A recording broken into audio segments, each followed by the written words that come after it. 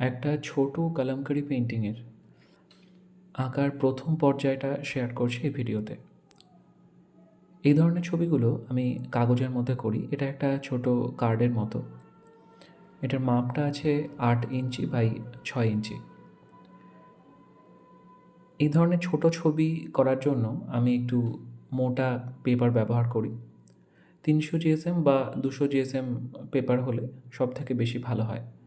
যেহেতু আমি এখানে অ্যাক্রিলিক কালার ইউজ করছি, সেটাকে যেহেতু জলটাকে মিডিয়াম হিসেবে ব্যবহার করে মানে জল দিয়ে গুলে সেই রঙটাকে আমি অ্যাপ্লাই করছি। এই ক্ষেত্রে একটু মোটা কাগজ না হলে কিন্তু ছবি এইরকম ভালো আসবে না। আমি ক্যানসানের ৩০০ জিএসএম ওয়াটার কালার পেপারটা বেশি ইউজ করি। তাছাড়াও আরও অন্যান্য ব্র্যান্ড যেমন ব্রাস্টোর বা অনুপম একটা পাওয়া যায়, সেটাও খুব ভালো। এই ৩টে ব্র্যান্ডই আমি ইউজ করেছি। আরও হয়তো অন্যান্য ব্র্যান্ড আছে ভালো। অনলাইন থেকে দেখে নিতে হবে সেটা।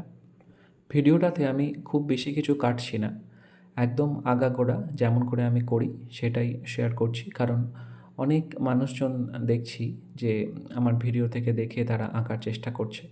সেটা দেখে আমার খুব ভালো লেগেছে। তো আমি চাই সবাই করুক, যারা বাড়িতে একটু প্র্যাকটিস করতে চাইছে। এগুলোতে সত্যিই ভীষণ একটা ভালো লাগার বিষয়। যারা এসব ছবি আঁকতে পছন্দ করে বা যাদের হাতে সময় আছে বাড়িতে, অনেক হাউসওয়াইফ আছে বা এমনিও যারা কাজ করেও, যারা ছবি আঁকতে ভালোবাসে, তারা এই ধরনের ছবি একটু আঁকলে মনটাও ভালো থাকবে। আমি সেটা বুঝতে পেরেছি অনেকের সাথে কথা বলে। তো সেই জন্য আমি পুরো ভিডিওটাই শেয়ার করছি এখানে। পুরোটা দেখলে আশা করছি ছবিটাকে আঁকাটা সহজ হবে। তো একদম প্রথম থেকে আমি একটু ডেসক্রাইব করে দিই কীভাবে কী করলাম। একদম প্রথমে আমি একটা বর্ডার করে নিই। প্রথমে 1/2 ইঞ্চি বা 1 ইঞ্চি মতো ছেড়ে দিই। যত বড় পেপার হবে সেই অনুযায়ী মেজারমেন্টটা হবে। তো একটা সাদা অংশ ছেড়ে দিলাম। তারপরে আমি ছোটোর জন্য একটা সরু বর্ডার, একটু বড় পেপার হলে তার জন্য একটু মোটা বর্ডার, এরকম একটা কিছু সিলেক্ট করে নিই। এখানে যেমন 1/2 ইঞ্চি আমি সাদা রেখেছি একদম প্রথমে বাইরের দিকে, তারপর 1/2 ইঞ্চি একটা বর্ডার চারিদিক দিয়ে করেছি।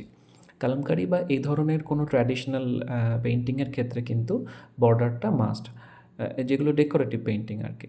তো বর্ডারটার জন্য একটা জায়গা অবশ্যই ছাড়তে হবে। সেটা প্রথমে একদম মেজারমেন্ট নিয়ে করতে হয়। অনেক সময় আমরা করি কি যে মোটামুটি একটা স্কেল দিয়ে টেনে নিলাম। আমার অনেক স্টুডেন্টই এটা করে। কিন্তু আমি এটা বলি যে এইটুকু যেন অন্তত সবসময় মেপে করা হয় বর্ডারটা।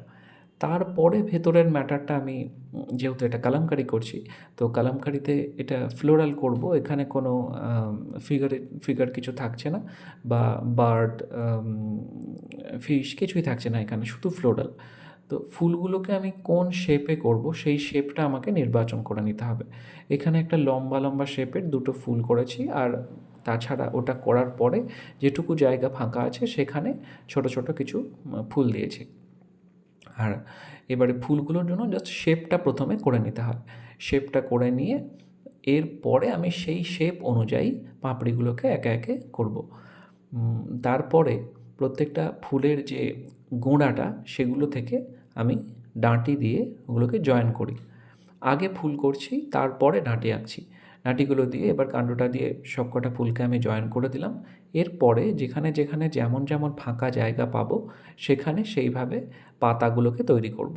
কালামকারির একটা বিশেষ ধরনের পাতা আছে, পাতা আঁকা হয়। সেখানে যদিও মাথাটা আরও একটু বেঁকিয়ে আঁকে ওরা, যারা কালামকারি অ্যাকচুয়াল করে। কিন্তু আমি একটু আমার স্টাইলে, মানে সবার তো প্রত্যেকজনের আঁকার এক একটা স্টাইল হাতে আসে। তো আমার পাতাগুলো একটু হয় ছুঁচলো বেশি এবং একটু আঁকাবাঁকা হয় ওপর দিকটা। তো আমার এটা নিচের দেখতে ভালো লাগে বলে আমি সেভাবেই করি। এই ভিডিওতে শুধু এই ব্ল্যাকের কাজটাই দেখালাম। পরের ভিডিওতে থাকছে এটাকে কীভাবে রং করব সেটা।